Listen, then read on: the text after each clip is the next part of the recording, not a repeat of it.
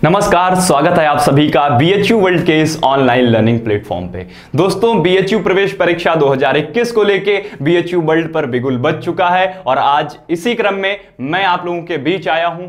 दोस्तों, आज हम लोग बात करेंगे हिंदी के एक मोस्ट इंपॉर्टेंट और मोस्ट इंटरेस्टिंग टॉपिक हिंदी साहित्य के इतिहास के बारे में। और आप लोग ये चीज ध्यान रखिए, ये जो टॉपिक है ये BHU BA arts and social common exam और एलएलबी दोनों के लिए बहुत ही ज्यादा महत्वपूर्ण है।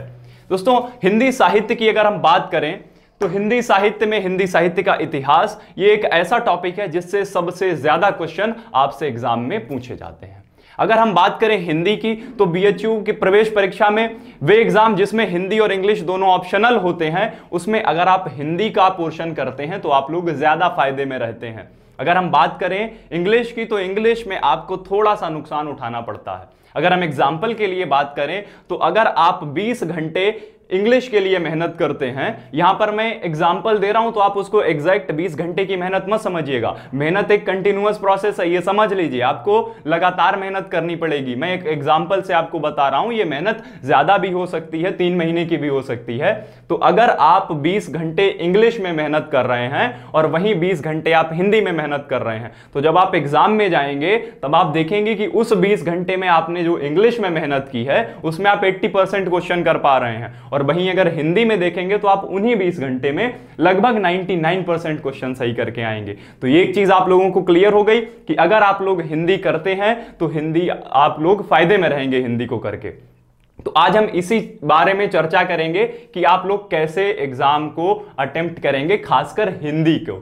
तो हिंदी सबसे आसान भाषा है, ये चीज आप समझ लीजिए। आपके अगर चीजें समझ में आ गई तो आप लोग बहुत आसानी से एग्जाम को करने वाले हैं। और आज मैंने जो टॉपिक उठाया वो है हिंदी साहित्य का इतिहास, अर्थात मैंने हिंदी साहित्य से ये टॉपिक लिया है। तो ये टॉपिक लेने का भी कारण मैं आप लोगों को बता देता हूं। आप सब लोग व्याकरण तो कहीं से भी पढ़ सकते हैं, आप लोगों के समझ में आ जाएगा, और समझ में नहीं आया तो आप लोग रट लेंगे और उससे आपका काम चल जाएगा। लेकिन हिंदी साहित्य ये एक ऐसा टॉपिक है जिसमें आके आप लोग उलझ जाते हैं। तो यहीं से आपको निकालने के लिए मैं आज इस लेक्चर में आपको हिंदी साहित्य के इतिहास के बारे में बताऊंगा। साथ ही साथ जब आगे हम लेक्चर करेंगे तो साथ में हम अपने कोर्स का भी प्रमोशन करेंगे।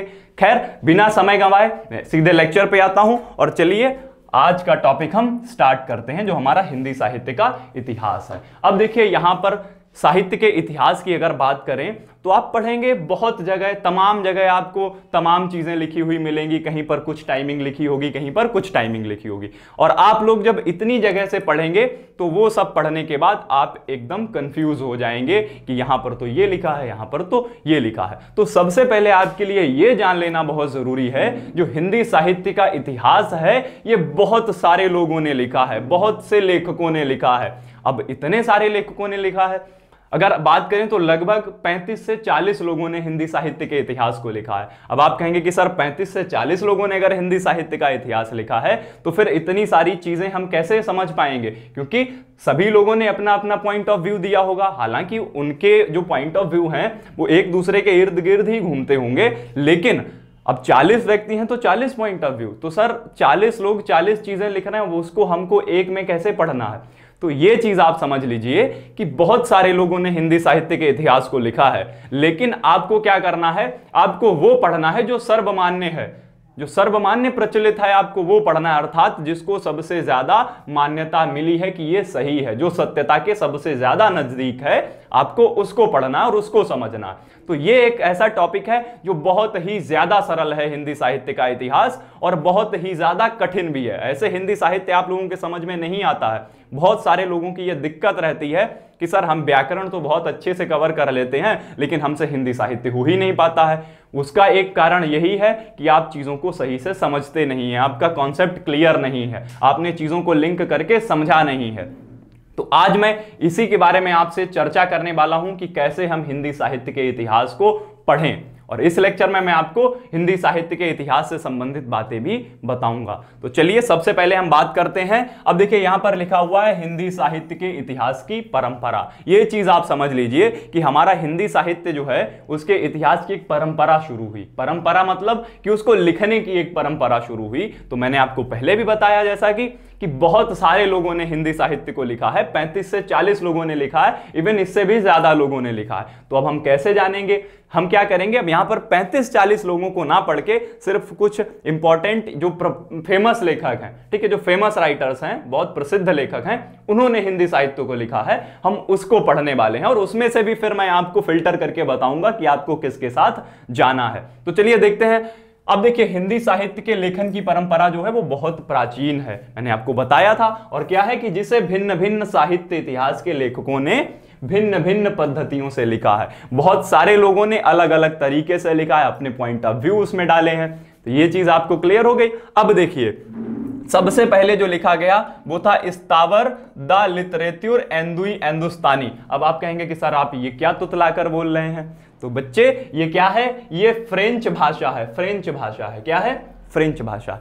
ये जो हिंदी साहित्य का इतिहास लिखा गया, अब देखिए यहां पर जो लिटरेचर लिखा हुआ है इसका इंग्लिश में लिटरेचर बोलते हैं, हिंदुस्तानी मतलब हिंदुस्तानी, ये चीज समझ लीजिए, ये फ्रेंच भाषा के शब्द हैं। ठीक है, एक राइटर थे जिनका नाम था गारसा द तासी। क्या नाम था? गारसा द तासी। इन्होंने हिंदुस्तानी देखिए लिखा हुआ है, इन्होंने क्या किया? हिंदी साहित्य के इतिहास को लिखा। और एक चीज आप समझ लीजिए, कब लिखा? ये देखिए 1839 यानी कि 1839 में लिखा। अब यहां पर एक सबसे इंपॉर्टेंट क्वेश्चन बनता है जो आप लोगों से एग्जाम में कई बार पूछा गया है और हो सकता है कि पूछा जाए कि हिंदी साहित्य को सर्वप्रथम किसने लिखा?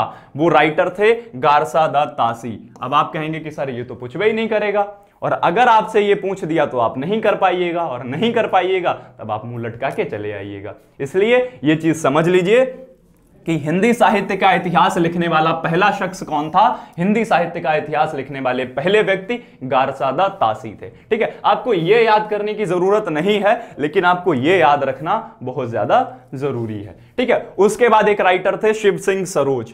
उसके बाद कौन राइटर थे? शिव सिंह सरोज। इन्होंने 1847 में हिंदी साहित्य के इतिहास को लिखा था। उसके बाद आता था modern vernacular literature of Hindustan, ये 1883 में जॉर्ज ग्रियर्सन ने लिखा था। ठीक है, इन्होंने हिंदी साहित्य के विकास में बहुत बड़ी भूमिका निभाई थी।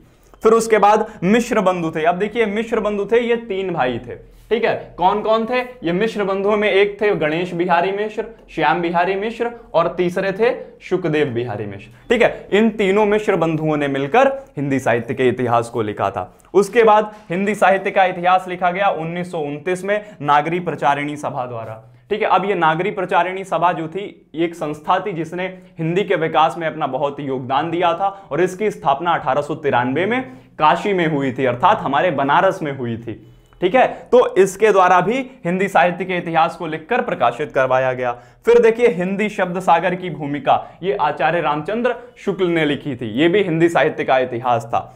अब उसके बाद अगर हम नेक्स्ट स्लाइड पर चलते हैं तो हम देखते हैं कि आचार्य हजारी प्रसाद द्विवेदी हिंदी साहित्य के इतिहास में एक बहुत बड़ा नाम। इन्होंने भी हिंदी साहित्य को लिखने का काम किया, और इन्होंने अपनी 3 रचनाएं लिखी थी। हिंदी साहित्य की भूमिका जो 1940 में, हिंदी साहित्य उद्भव और विकास 1952 में, और हिंदी साहित्य का आदिकाल 1952 में। तो यहां पर आप देख सकते हैं कितने राइटर्स ने हिंदी साहित्य के इतिहास को लिखा है। उसके बाद भी देखिए यहां पर बहुत राइटर्स लिखे हुए हैं, जैसे हिंदी साहित्य का आलोचनात्मक इतिहास, ये डॉक्टर राम कुमार वर्मा ने लिखा था। डॉक्टर राम कुमार वर्मा ने हिंदी साहित्य के विकास में भी बहुत बड़ा योगदान दिया था। उसके बाद हिंदी साहित्य का वैज्ञानिक इतिहास, ये गणपति चंद्र गुप्त एक राइटर थे, इन्होंने लिखा था। और हिंदी साहित्य का इतिहास डॉक्टर नगेंद्र ने लिखा था, ये समझ लीजिए आप, डॉक्टर नगेंद्र। ठीक है, उसके बाद आप देखेंगे तो हिंदी साहित्य और संवेदना का विकास डॉक्टर रामस्वरूप चतुर्वेदी और डॉक्टर बच्चन सिंह ने भी लिखा था, और डॉक्टर रमाशंकर शुक्ल रसाल ने भी लिखा था। अब आप ये कहेंगे कि सर इतने सारे आपने नाम गिना दिए, अब हमको कौन से नाम याद रखने हैं और हम किसको ज्यादा सही मानेंगे? तो आप लोग ये चीज समझ लीजिए, मैंने आपको बताया था कि बहुत सारे लोगों ने लिखा है, लेकिन हम क्या करेंगे? हम कुछ फेमस राइटर्स के साथ जाएंगे जिनको सर्वमान्यता मिली है, अर्थात जिनको ज्यादा से ज्यादा लोगों ने माना है, मेजॉरिटी ऑफ द पीपल ने इसको एक्सेप्ट किया है कि इन्होंने जो इतिहास लिखा है वो अच्छा इतिहास लिखा है, एकदम सत्यता के नजदीक वाला इतिहास लिखा है, इनको हम सही ठहरा सकते हैं। उसमें से आप 2 नाम याद रख लीजिए। एक थे हमारे आचार्य रामचंद्र शुक्ल, जिन्होंने हिंदी साहित्य का इतिहास लिखा था। पिछली स्लाइड में मैंने आपको दिखाया था कि आचार्य रामचंद्र शुक्ल ने हिंदी साहित्य का इतिहास लिखा था, और इनके द्वारा लिखे गए इतिहास को गुणवत्ता के आधार पर सही माना जाता है। और उसके बाद जो दूसरे राइटर थे वो थे डॉक्टर नगेंद्र। यहां पर ये जो दो राइटर हैं जिन्होंने हिंदी साहित्य का इतिहास लिखा, इन दो राइटर्स को सबसे ज्यादा सही माना जाता है किसके क्षेत्र में? हिंदी साहित्य के इतिहास के लेखन के क्षेत्र में।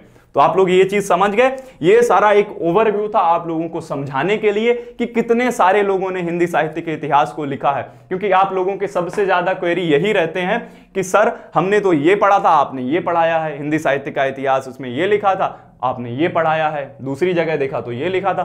तो जब आप ऐसी चीजों में फंसते हैं तो आप उलझ कर रह जाते हैं, आपके समझ में नहीं आता है कि असल में ये है क्या।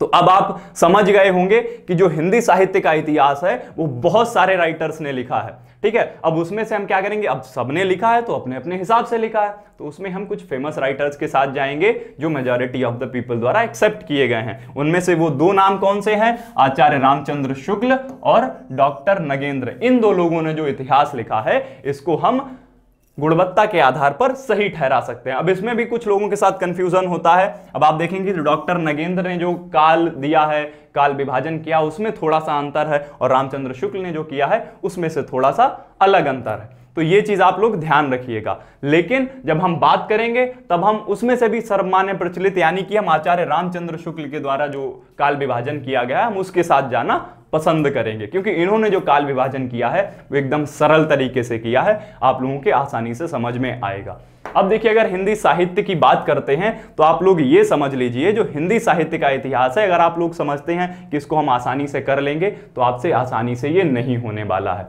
मैंने आपको बताया कि हिंदी अंग्रेजी की अपेक्षाकृत आसान रहता है आपको करना, लेकिन इसका मतलब आप ये कतई मत समझ लीजिएगा कि आपको हिंदी पढ़नी ही नहीं है। अगर आप ये सोच के जाते हैं, खुद को ज्ञानी समझ लेते हैं और फिर आप जाते हैं एग्जाम में, तो आप 30 में से सिर्फ 15 क्वेश्चन ही कर पाइएगा, 20 में से सिर्फ 10 से 12 क्वेश्चन ही कर पाइएगा। ये चीज आप लोग समझ लीजिए। आपको ज्ञानी नहीं बनना है, आपको पढ़ना है। हिंदी सरल है इसका मतलब ये नहीं कि हिंदी में हमको पढ़ना नहीं है, सरल है बशर्ते हमारी समझ में आना चाहिए।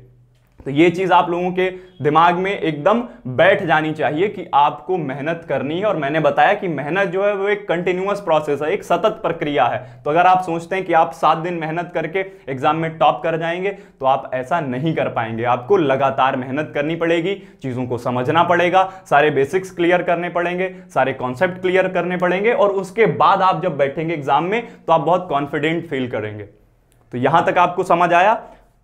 तो रामचंद्र शुक्ल और डॉक्टर नगेंद्र, ये जो दो इतिहास लेखक थे, इनको हम मान्यता देते हैं, इनको हम सर्वप्रमुख मानते हैं कि इन्होंने हिंदी साहित्य के इतिहास को सही से लिखा है। तो जब हम पढ़ते हैं हिंदी साहित्य का इतिहास तो हम उन्हीं के हिसाब से पढ़ते हैं। और एक बात अगर हिंदी साहित्य की करें तो हिंदी साहित्य का इतिहास जो है, या फिर हम मान लेते हैं कि जो हिंदी साहित्य है वो एक समंदर है, ऐसे समझ लीजिए। वो क्या है? वो एक समंदर है। तो अगर आप सोचते हैं कि आप डाइव मार के एक किनारे से उस किनारे तक पहुंच जाएंगे तो आप नहीं जा पाएंगे, क्योंकि बहुत गहराई है इसमें। और अगर आप ये भी सोचते हैं कि चलिए हम डाइव नहीं मारेंगे, हम इसके सरफेस पे तैरते हुए जाएंगे, तब भी आप नहीं जा पाएंगे। क्यों? क्योंकि किनारा, एक किनारे से दूसरे किनारे के बीच में बहुत लंबाई है, बहुत चौड़ाई है, आप पार करने से पहले ही थक जाएंगे। तब हम क्या करेंगे? हमारे पास सिर्फ 3 ही रास्ते हैं, या तो हम क्या करें, डाइव मार के अंदर से निकल जाएं, वो आप जा नहीं पाएंगे। दूसरा तरीका यह है कि हम सरफेस पे तैरते हुए जाएं, उसके पृष्ठ पर तैरते हुए जाएं, लेकिन क्या होगा कि आप थक जाएंगे पहुंचने से पहले उस किनारे तक। तो हमारे पास तीसरा ऑप्शन क्या बचा? हमारे पास तीसरा ऑप्शन ये बचा कि हम बोट के सहारे जाएंगे, बोट में बैठ जाएंगे और पार कर जाएंगे। भाई हमको पार तो एक किनारे से दूसरे किनारे पर ही जाना है ना, तो हम बोट कर लेंगे। तो यहीं पर आप ये समझ लीजिए कि अगर आप सोचते हैं कि आप एकदम इतिहास में घुस के जाएंगे तो आप नहीं कर पाएंगे, आप उसी में खोके रह जाएंगे, आप उसी के जंजाल में उलझ जाएंगे। और अगर आप ये सोचते हैं कि हम सरफेस से निकल जाएंगे तो भी आप नहीं निकल पाएंगे, क्योंकि हिंदी साहित्य का इतिहास जो है एक बहुत बड़ा टॉपिक है। तो अब हमारे पास तीसरा ऑप्शन कौन सा बचा कि हम वोट करके जाएंगे। और आप वो वोट कैसे करेंगे? वो वोट मैं आपको करवाऊंगा। तो क्या चीजें हमारे समझ में आ रही हैं कि हम एकदम घुस के अगर जाएंगे तो हम उलझ के रह जाएंगे। ठीक है, तो हमको एकदम सेलेक्टिव टू द पॉइंट पढ़ना है एग्जाम पॉइंट ऑफ व्यू से, एग्जाम के पर्पस से कि क्या हमारे एग्जाम में पूछा जा सकता है कि हम जब एग्जाम में बैठें तो उसको एकदम सही से करके आए। ये चीज आप लोग समझ गए? चलिए ठीक है। अब हम क्या करते हैं, नेक्स्ट स्लाइड पे चलते हैं। अब हम कुछ कोर्स का भी प्रमोशन कर लेते हैं। तो देखिए BHU वर्ल्ड पर ऑनलाइन एडमिशन की प्रक्रिया स्टार्ट हो चुकी है। तो अगर आपने अभी तक हमारे ऑनलाइन कोर्सेज में एडमिशन नहीं लिया है तो आप ले सकते हैं। और अगर इससे संबंधित आपको कोई भी जानकारी चाहिए तो आपके लिए एक हेल्पलाइन नंबर दिया है 7081690644। ये आपका व्हाट्सएप हेल्पलाइन नंबर है और आपकी सुविधा के लिए आप इस पर कॉल भी कर सकते हैं। अभी तक आपके पास ये रहता था कि सर कॉल कर रहे हैं तो उठ नहीं रहा है। अब आप लोगों की सुविधा के लिए मैडम आपकी कॉल उठाएंगी, तो आप लोग कॉल करेंगे तो आपसे बातचीत की जाएगी। 10 बजे से 6 बजे तक आप कॉल कर सकते हैं। हालांकि उसके बाद भी आपको कॉल का आंसर दिया जाएगा, लेकिन ये जरूरी नहीं है कि आपकी कॉल को रिसीव किया जाए।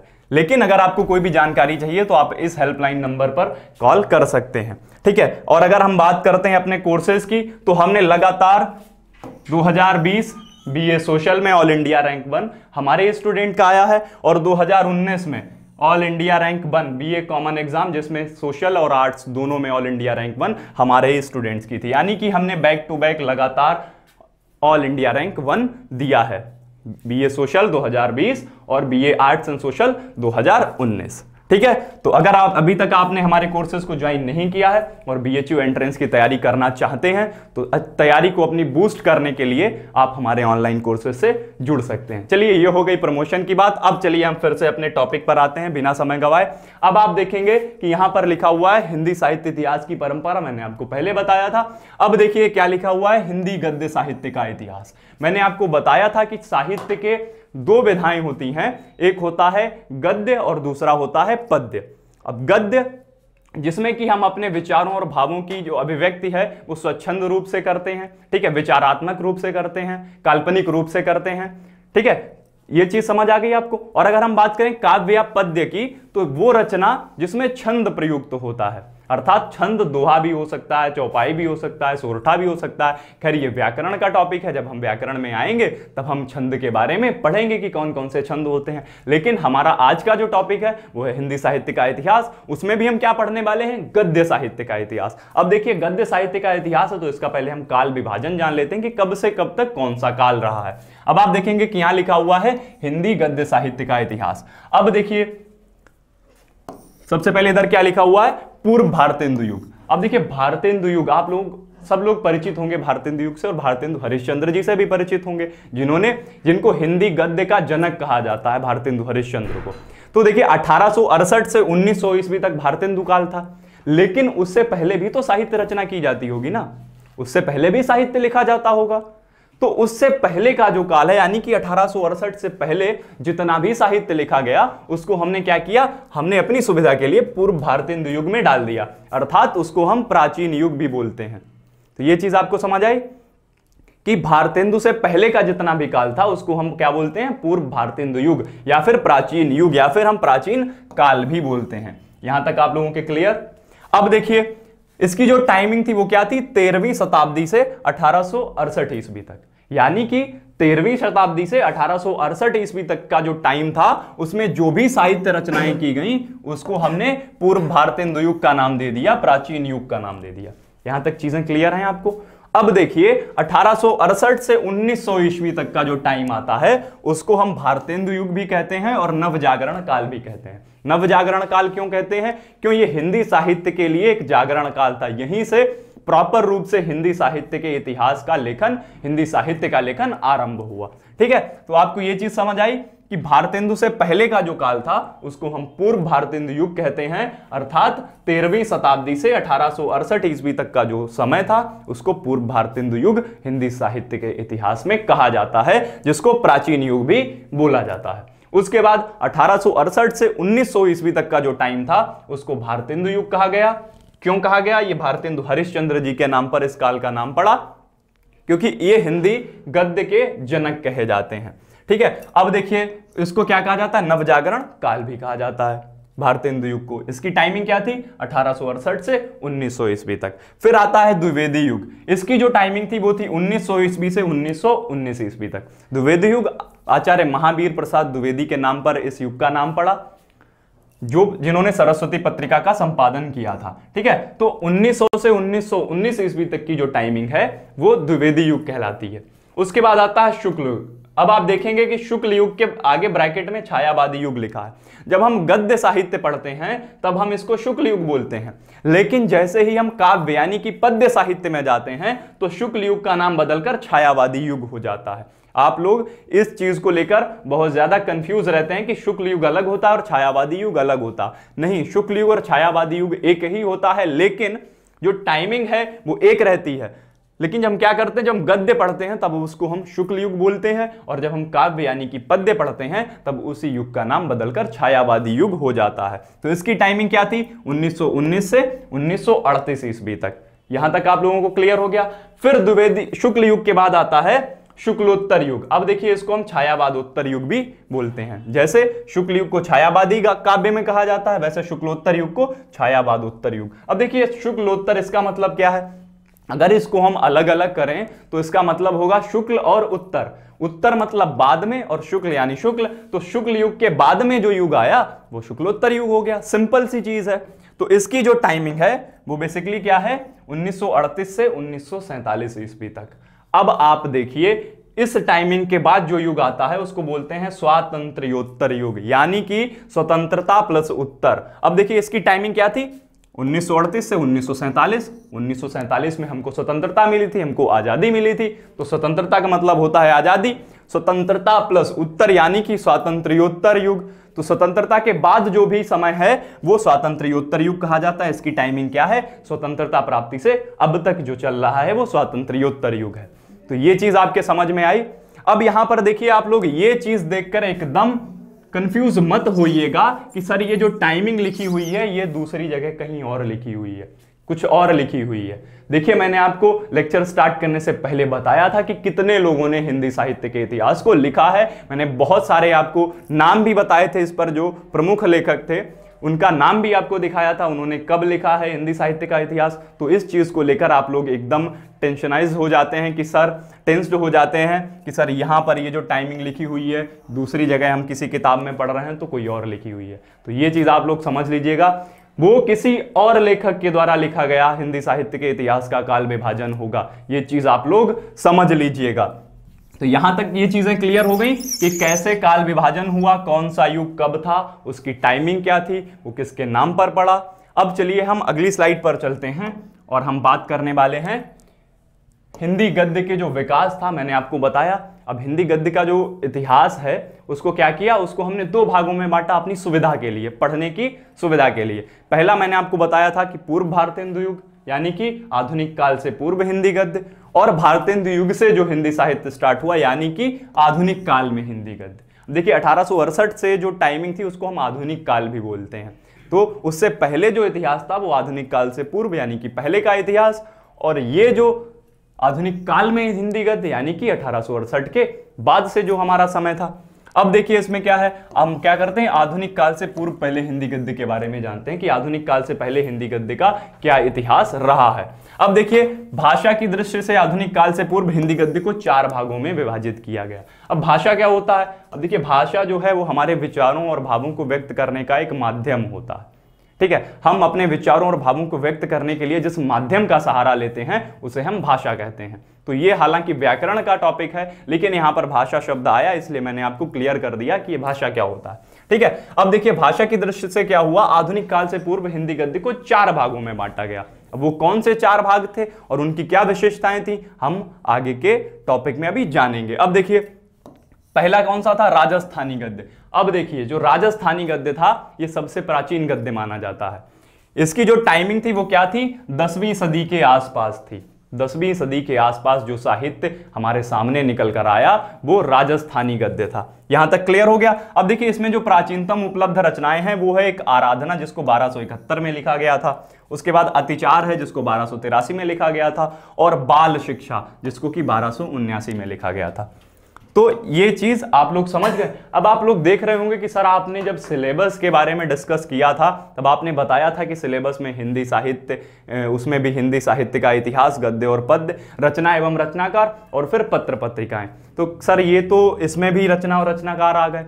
तो ये चीज आप ध्यान रखिए, जब हम हिंदी साहित्य के इतिहास को पढ़ते हैं तब उसमें ज्यादा से ज्यादा रचना और रचनाकार भी सम्मिलित हो जाते हैं। तो अगर आप इस टॉपिक को बहुत अच्छे से पढ़ते हैं तब आप देखेंगे कि सबसे ज्यादा आपके एग्जाम में अगर किसी से क्वेश्चन पूछा जाता है हिंदी में तो वो हिंदी साहित्य, और हिंदी साहित्य में हिंदी साहित्य का इतिहास, जिसमें जब आप पढ़ेंगे तो इतिहास भी पूछा जाता है और रचना और रचनाकार। तो अगर आप इतिहास को अच्छे से पढ़ते हैं तो आप रचना और रचनाकार भी एक साथ तैयार करते हुए चलते हैं। तो यहां तक क्लियर हुई चीजें। फिर देखिए दूसरा जो भाग था इसको हमने क्या किया, 4 भागों में बांटा। पहला राजस्थानी गद्य, दूसरा मैथिली गद्य, दूसरा क्या था, मैथिली गद्य था। अब देखिए मैथिली गद्य की जो प्राचीनतम उपलब्ध रचनाएं हैं वो थी पहले एक वर्ण रत्नाकर, जिसको ज्योतिरीश्वर ने लिखा था 1324 में। ये एक ऐसा प्रश्न है जो आपसे एग्जाम में पूछा जाता है ज्यादातर कि ज्योतिरीश्वर ने कौन सी रचना लिखी थी या फिर वर्ण रत्नाकर किसकी रचना थी। तो आप लोग ये याद कर लीजिए, वर्ण रत्नाकर जो थी वो ज्योतिरीश्वर की रचना थी और वर्ण रत्नाकर जो थे वो मैथिली गद्य से संबंधित थे। जो ज्योतिरीश्वर थे वो मैथिली गद्य से संबंधित थे। उसके बाद एक और लेखक थे विद्यापति, इन्होंने कीर्तिलता और कीर्ति पताका की रचना की थी। ये देखिए कीर्तिलता और कीर्ति पताका। अब जो कीर्ति लता थी वो थी राजा कीर्ति सिंह का बखान, और कीर्ति पताका थी वो भी राजा शिव सिंह का इन्होंने बखान लिखा था।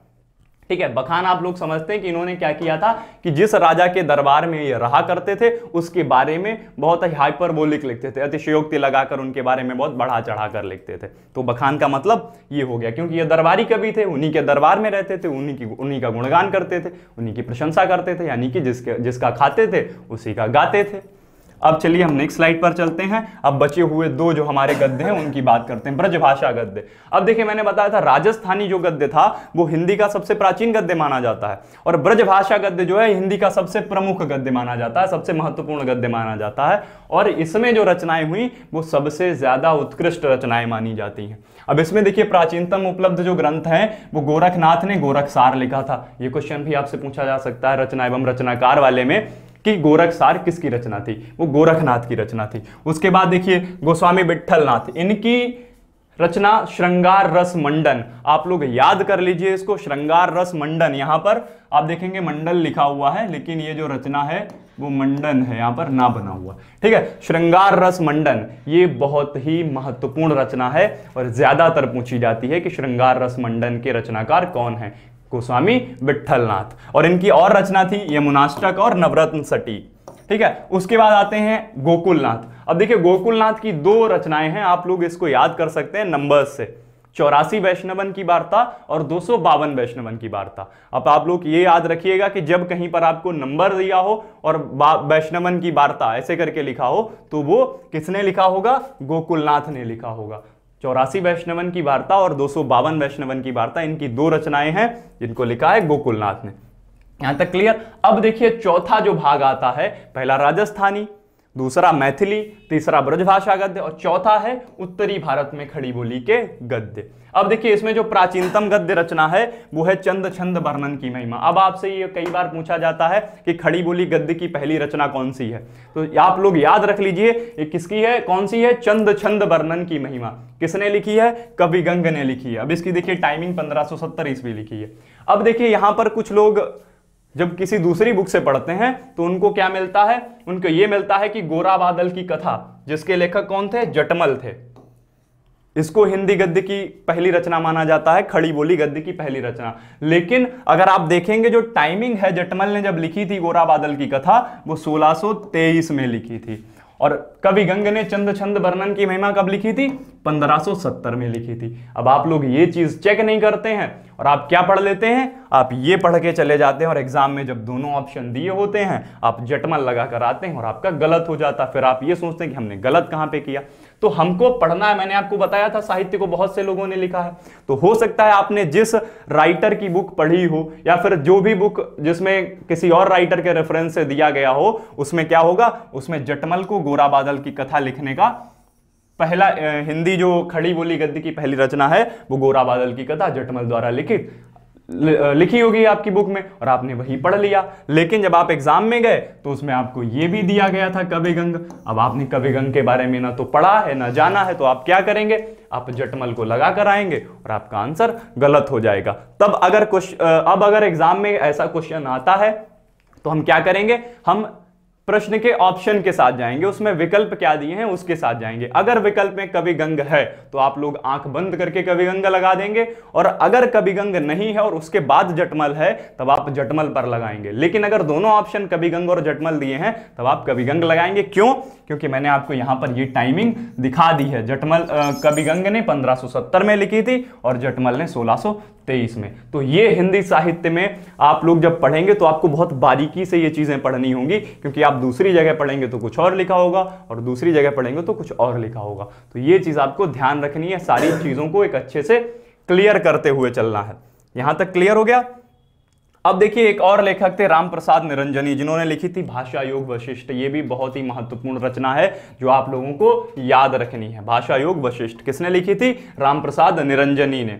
ठीक है, यहां तक आपको क्लियर? अब देखिए, एक पद्म पुराण था। ये क्या था? एक भाषा अनुवाद था। ये दूसरी भाषा थी, इसको हिंदी खड़ी बोली में अनुवाद किया गया था। वो किसने किया था? पंडित दौलत राम ने किया था। तो ये आपको कहीं कहीं पर यह भी लिखा मिल सकता है, पद्म पुराण का भाषा अनुवाद। तो वो कौन लेखक थे उसके? दौलत राम थे। और कहीं आपको लिखा मिलता है पद्म पुराण, तो उसके भी लेखक दौलत राम हैं। तो यहां तक आप लोगों को क्लियर हुआ कि हम क्या करेंगे?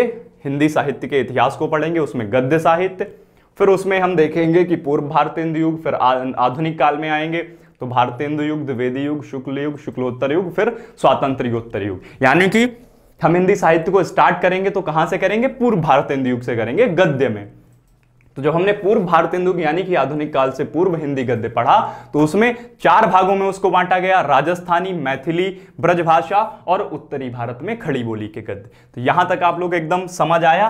क्या हम एकदम सीक्वेंस में चल रहे हैं? चीजें आप लोग लिंक कर पा रहे हैं कि नहीं कर पा रहे हैं?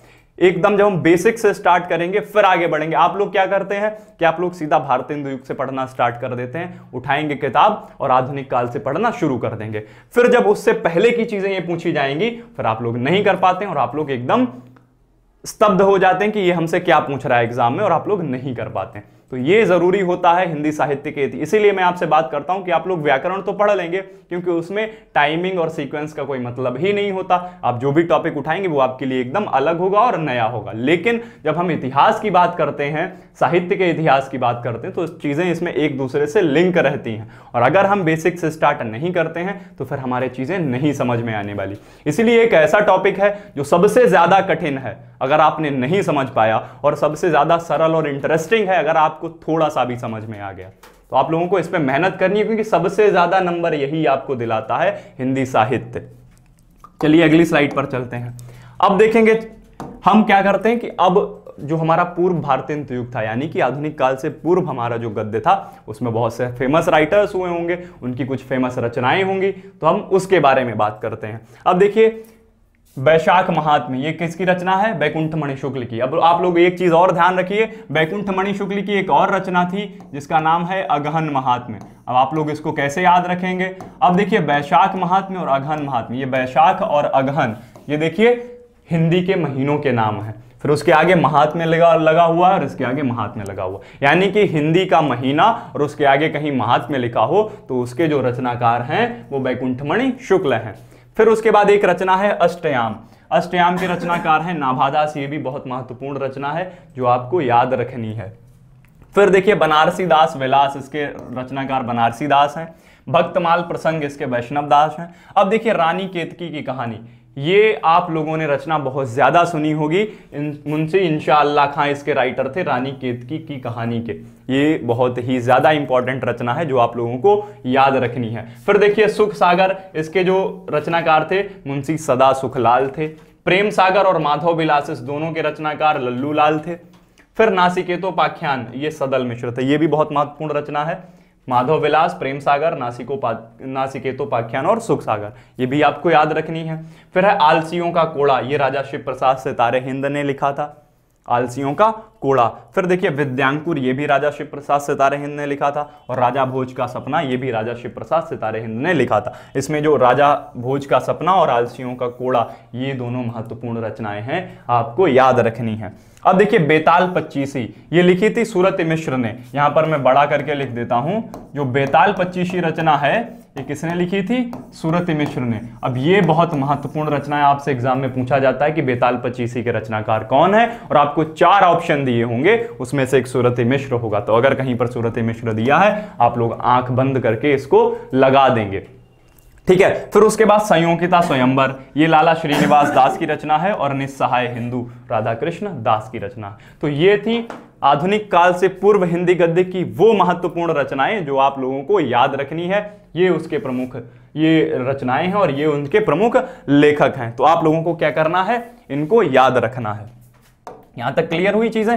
अब देखिए, अब हम क्या करते हैं, हिंदी गद्य से संबंधित कुछ महत्वपूर्ण तथ्य जान लेते हैं। कुछ हम फैक्ट्स भी पता करेंगे ना, अगर हम हिंदी गद्य पढ़ रहे हैं तो हमको उसके कुछ फैक्ट्स भी पता होने चाहिए, कुछ हमको की पॉइंट्स भी पता होने चाहिए कि अगर कोई पूछ देता है हमसे कि हिंदी गद्य की जो कुछ महत्वपूर्ण तथ्य हैं, कुछ विशेषताएं हैं, वो आप बताइए, फिर हम नहीं बता पाएंगे। तो ये चीजें आपको समझ लेनी जरूरी है। अब देखिए, हमने बताया था आपको कि हिंदी के विकास में बहुत सारी संस्थाओं ने अपना योगदान दिया, हिंदी के डेवलपमेंट में बहुत सारी इंस्टीट्यूशंस ने काम किया कि हिंदी का विकास हो। तो उसमें से सबसे पहला जो योगदान था वो फोर्ट विलियम कॉलेज का था, जिसकी स्थापना कलकत्ता में जॉन गिलक्राइस्ट ने की थी। कब की थी? 1800 में। ये देखिए, 1800 ईस्वी में कलकत्ता में फोर्ट विलियम कॉलेज की स्थापना डॉक्टर जॉन बॉथार्विक गिलक्राइस्ट, इनका पूरा नाम था, आप जॉन गिलक्राइस्ट याद रख सकते हैं, सफिशिएंट है आपके लिए, इनकी अध्यक्षता में हुई थी। यानी कि ये पहली संस्था थी जिसने हिंदी के विकास में अपना योगदान दिया था। आपसे ये क्वेश्चन भी पूछा जा सकता है कि हिंदी के विकास में योगदान देने वाली सर्वप्रथम संस्था या पहली संस्था वो कौन सी थी? फोर्ट विलियम कॉलेज थी, जिसकी स्थापना कलकत्ता में हुई थी। कब हुई थी? 1800 ईस्वी में, और इसकी अध्यक्षता किसने की थी? डॉक्टर जॉन गिलक्राइस्ट ने। तो यहां तक आप लोगों को समझ में आया। फिर इसके बाद अब देखिए 1800 में ये हुई थी, फिर 1893 में मैंने आपको बताया था पिछले स्लाइड में, 1893 में नागरी प्रचारिणी सभा की स्थापना हुई थी। कहां हुई थी? काशी में हुई थी, हमारे बनारस में हुई थी। अब देखिए, एक संस्कृत प्रेस हुई थी उस समय, जिसके संस्थापक लल्लू लाल थे। उस समय प्रेस बहुत कम हुआ करती थी। जो लल्लू लाल थे ये संस्कृतनिष्ठ खड़ी बोली का प्रयोग करते थे, यानी कि ये खड़ी बोली तो लिखते थे पर उसमें ये संस्कृत के शब्द ज्यादा इस्तेमाल करते थे। तो इन्होंने संस्कृत प्रेस की रचना की थी। और लल्लू लाल की मैंने आपको बताया था 2 रचनाएं कौन सी हैं?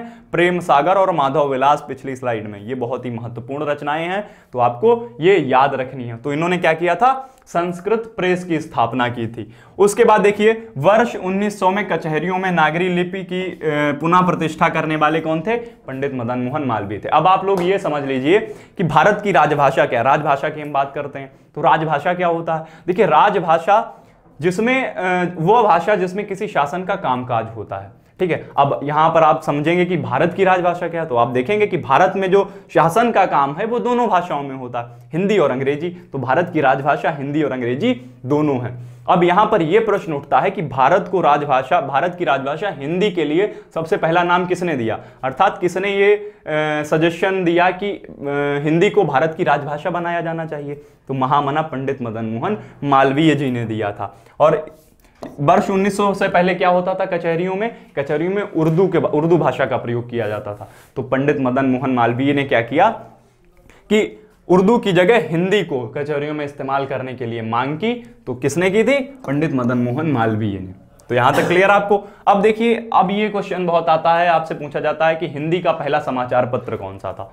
तो आप लोग अलग अलग पढ़ेंगे तो आपको अलग अलग जगह कुछ और देखने को मिलेगा, लेकिन हिंदी का जो पहला समाचार पत्र था वो था उदंत मार्तंड, जिसकी 1826 में प्रकाशन हुआ था। और किसने किया था?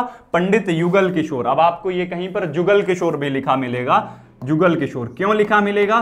क्योंकि हम जब हिंदी में या को कभी कभी जा भी लिख देते हैं, तद्भव में हम या को जा लिख देते हैं, तो युगल किशोर लिखा मिलेगा आपको और जुगल किशोर भी लिखा मिलेगा। तो इस चीज को देखकर आप कंफ्यूज मत होइएगा कि यहां पर जुगल किशोर लिखा है और थे युगल किशोर। तो युगल किशोर भी मिलेगा और जुगल किशोर भी मिलेगा। यानी कि हिंदी का जो पहला समाचार पत्र था वो था उदंत मार्तंड। इसका प्रकाशन कब हुआ था? 1826 में। कहां से? कलकत्ता से। इसका संपादन किसने किया था? पंडित युगल किशोर ने किया था, ठीक है। और ये क्या था? यह एक साप्ताहिक पत्र था। ये साप्ताहिक पत्र था, यानी कि वीकली बेसिस पे निकाला जाता था। ये हफ्ते में एक बार आता था। यहां तक क्लियर आपको? अब देखिए हिंदी के अतिरिक्त बांग्ला फारसी में प्रकाशित होने वाले भी समाचार पत्र थे, जो था बंगदूत। ठीक है, इसका संपादन किसने किया था? राजा राममोहन राय ने किया था। ठीक है, वेदांत सूत्र का इन्होंने हिंदी में अनुवाद किया था। अब राजा राममोहन राय एक प्रसिद्ध समाज सुधारक थे, जिन्होंने बंगदूत समाचार पत्र का प्रकाशन किया था, और इन्होंने वेदांत सूत्र एक रचना थी, उसका भी हिंदी में अनुवाद किया था। अब देखिए एक क्वेश्चन आपसे पूछा जाता है, जैसे इस बार पूछा गया था कि हिंदी भाषी क्षेत्र से हिंदी प्रकाशित होने वाला हिंदी का पहला समाचार पत्र कौन सा था। अब आपको यह चीज समझ लेनी जरूरी है। अब देखिए हिंदी भाषी क्षेत्र से हिंदी का पहला समाचार पत्र कौन सा, मैंने आपको बताया कि हिंदी का पहला समाचार पत्र कौन सा था? उदंत मार्तंड। कहां से प्रकाशित हुआ था? कलकत्ता से प्रकाशित हुआ था। ठीक है, ये चीज आप याद रखिए, कलकत्ता से प्रकाशित हुआ था। क्या कलकत्ता हिंदी भाषी क्षेत्र है? क्या कलकत्ता हिंदी भाषी क्षेत्र है? नहीं। क्यों? कलकत्ता हिंदी भाषी क्षेत्र नहीं है, उधर बंगाली बोली जाती है, कलकत्ता में बंगाली बोली जाती है। तो हिंदी भाषी क्षेत्र से प्रकाशित होने वाला हिंदी का पहला अखबार जो था वो था बनारस अखबार। 1844 में राजा शिव प्रसाद सितारे हिंद ने इसका संपादन किया था। तो अगर आपसे यह क्वेश्चन पूछ दिया जाता है एग्जाम में कि हिंदी भाषी क्षेत्र से प्रकाशित होने वाला हिंदी का पहला अखबार कौन सा था, वो था बनारस अखबार, जो 1844 में राजा शिव प्रसाद सितारे हिंद ने जिसका संपादन करवाया था। और हिंदी का पहला अखबार जो था वो था उदंत मार्तंड, 1826 में। कहां से? कलकत्ता से। इसके संपादक कौन थे? पंडित जुगल किशोर थे। क्या हमारी चीजें समझ में आ रही हैं?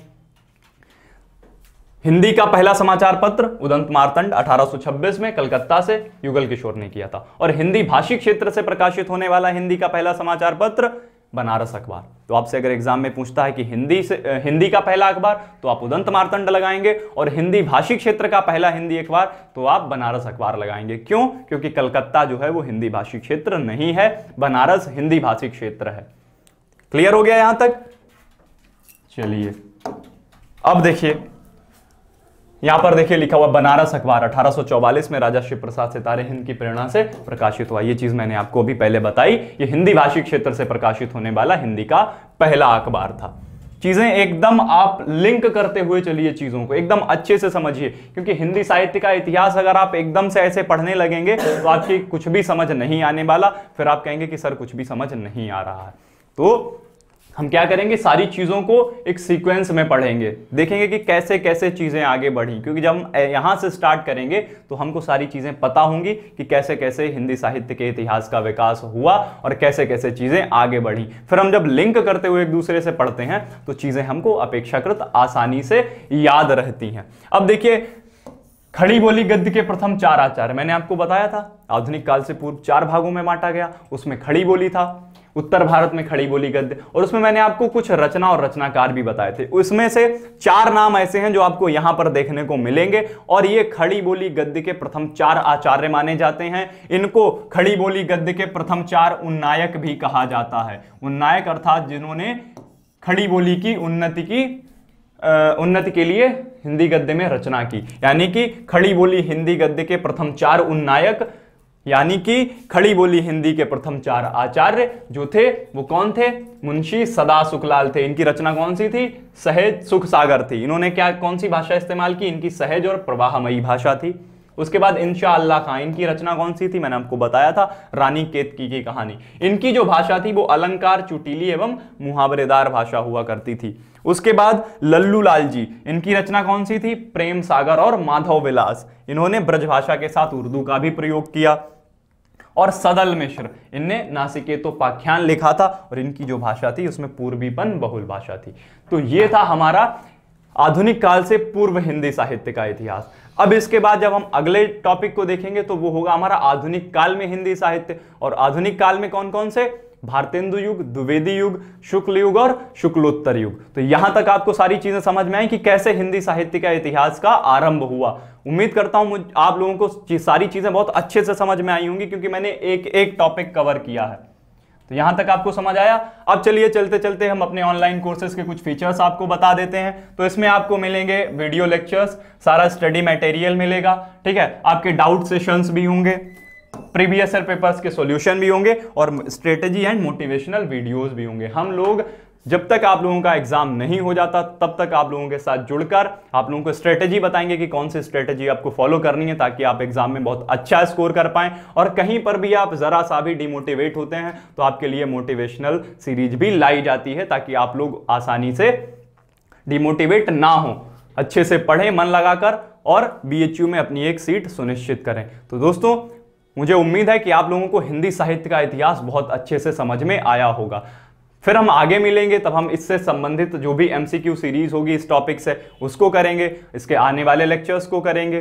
ठीक है, तो ऐसे हम लगातार एक दूसरे से मिलते रहेंगे, इंटरेक्शन करते रहेंगे और आप लोगों को गाइड करते रहेंगे कि कैसे आप लोगों को पढ़ना है। और हिंदी की अगर बात करें, फिर मैं आपको हिंदी के बारे में बता देता हूं। तो अगर आप एग्जाम में हिंदी को चूज करते हैं, हिंदी को ऑप्ट करते हैं, तो आप बहुत ज्यादा अच्छा करके आ सकते हैं इंग्लिश की अपेक्षा। और यहां तक कि जितने भी इंग्लिश मीडियम स्टूडेंट्स होते हैं वो क्या करते हैं, जिन्होंने कभी भी हिंदी नहीं पढ़ी होती है पर एग्जाम में वो क्या जाते हैं तो हिंदी को ही ऑप्ट करके आते हैं, क्योंकि वो देखते हैं कि इंग्लिश से ज्यादा तो वो हिंदी ही कर लेंगे। तो ये चीज आपको ध्यान रखनी है। हिंदी का जो एक पोर्शन है आपके एग्जाम में, ये रैंक बूस्टिंग का काम करता है आपकी। अगर आपके मार्क्स कम आ रहे हैं और आप हिंदी में अच्छा करके आ रहे हैं तो आपको ये बहुत ऊपर ले जा सकता है, आपकी रैंक को बहुत ऊपर तक ले जा सकता है और आपके एडमिशन की जो बाधाएं आने वाली हैं उनको वो दूर कर सकता है। ये चीज आप लोग समझ लीजिए। तो आपको ये लेक्चर कैसा लगा ये बात आप कमेंट बॉक्स में कमेंट करके जरूर बताएंगे। और साथ ही साथ अगर आपने अभी तक हमारे ऑनलाइन कोर्सेज में एडमिशन नहीं लिया है तो आप ले सकते हैं, एडमिशन की प्रक्रिया चालू है।